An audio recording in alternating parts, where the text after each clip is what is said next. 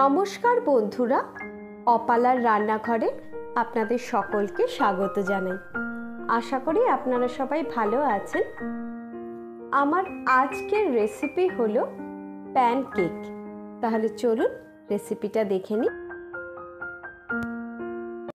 Pancake বানানোর জন্য আমি মেজারিং কাপের 1 কাপ আটা নিয়েছি, হাফ কাপ চিনি, হাফ কাপের চেয়ে একটু কম মিল্ক পাউডার,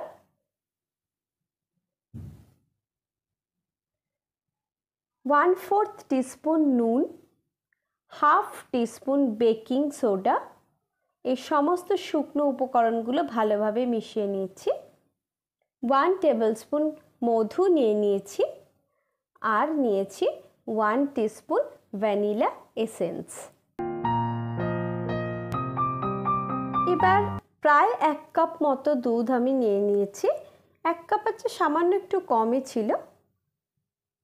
দুধটাকে অল্প অল্প করে এর মধ্যে দিয়ে আমি একটা স্মুথ ব্যাটার তৈরি করব। একবারে সম্পূর্ণ দুধ আমি দিয়ে দেব না, তাহলে বেশি পাতলা হয়ে যেতে পারে। এইটুকু দুধ আমার বেঁচে গেল। আস্তে আস্তে দুধটাকে সম্পূর্ণ এই মিশ্রণটার মধ্যে মিশিয়ে আমি একটা স্মুথ ব্যাটার তৈরি করে নেব।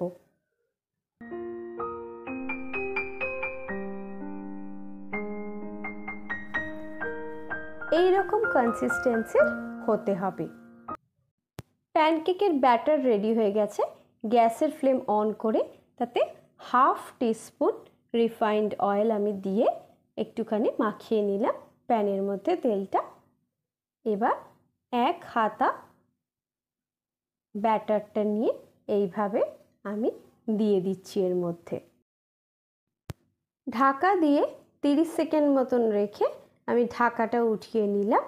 নিয়ে কেকটাকে আমি উল্টে দেব। দেখুন কত সুন্দর কালারটা এসেছে আর টেক্সচারটাও। এইভাবে আবার ঢাকা দিয়ে উল্টো পিঠটাও ভেজে নেব। মনে রাখবেন এই সময় গ্যাসের ফ্লেম কিন্তু একেবারে লোতে থাকবে। এইভাবে একে একে সমস্ত প্যানকেকগুলো আমি ভেজে নিলাম।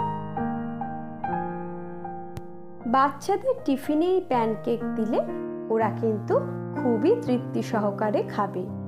আর দোকানের ময়দা দিয়ে বানানো কেকের তুলনায় বাড়িতে ঘরোয়াভাবে বানানো আটা দিয়ে প্যানকেক সেটা স্বাস্থ্যকরও বটে। সমস্ত কেকগুলো আমার ভাজা হয়ে গিয়েছে। এই প্রসঙ্গে বলে রাখি, আমার রেসিপি যদি আপনাদের ভালো লাগে তাহলে আমার ভিডিওটিতে একটি লাইক দিয়ে চ্যানেলটিকে সাবস্ক্রাইব করার অনুরোধ রইল। আমি একেবারেই নতুন, তাই আপনাদের সকলের সহযোগিতা আমার একান্ত কাম্য। আজ তাহলে এই পর্যন্তই। সবাই ভালো থাকবেন, সুস্থ থাকবেন, আনন্দে থাকবেন। পরের দিন আবার একটা নতুন রেসিপি নিয়ে আমি চলে আসবো আপনাদের কাছে। ততক্ষণের জন্য টাটা।